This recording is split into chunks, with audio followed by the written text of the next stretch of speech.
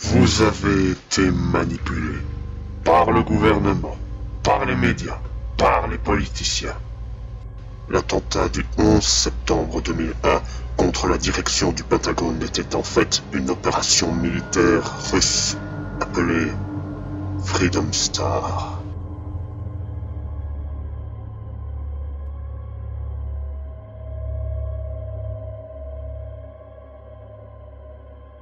Tout a commencé par l'attentat en Russie de 1999.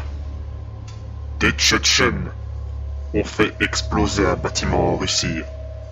Or, c'était une opération des États-Unis contre l'URSS afin de détruire des informateurs. En réponse à cet attentat, le KGB a lancé l'opération Zvezda Zabody, alias Freedom Star, alias Étoile de la Liberté, dont l'agent principal était Dina Butein. Retenez ce nom. L'opération consistait à envoyer un infiltré aux États-Unis afin de trouver des informations sensibles telles que les systèmes de défense du Pentagone et à les renvoyer dans les documents publics sous forme cryptée par le biais d'une série télévisée pour enfants dont personne ne se méfierait. C'est là que l'on retrouve Dina Butein comme productrice. Vous trouvez ça insensé? Pourtant, les indices ne manquent pas. Qui est le deuxième personnage le plus important de Bob l'éponge? Patrick. L'étoile de mer. Et quel est le symbole de l'URSS? L'étoile communiste. Ou encore, USA en russe est traduit par Fusha. En typographie russe, cela se traduit par 3 symboles. Et ces 3 symboles sont présents sur un seul personnage, Bob. Si cette théorie est vraie, elle permet de comprendre la symbolique de l'image suivante.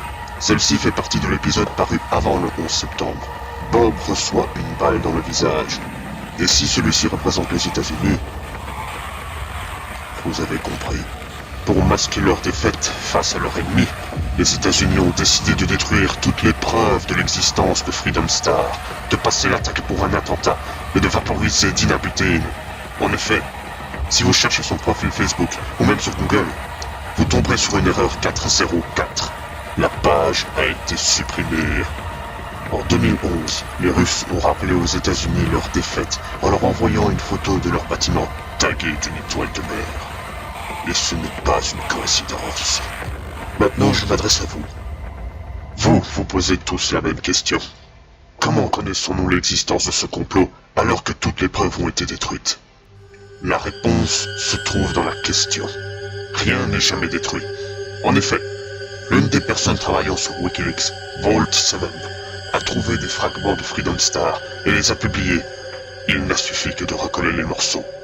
Maintenant que nous vous avons tout expliqué, vous ne pouvez pas renier la vérité. Tous les éléments sont là. Toutes les preuves ont été expliquées et analysées. Nous détenons la seule vérité. Vous devez l'accepter. Ne faites pas partie des ignorants qui suivent le gouvernement.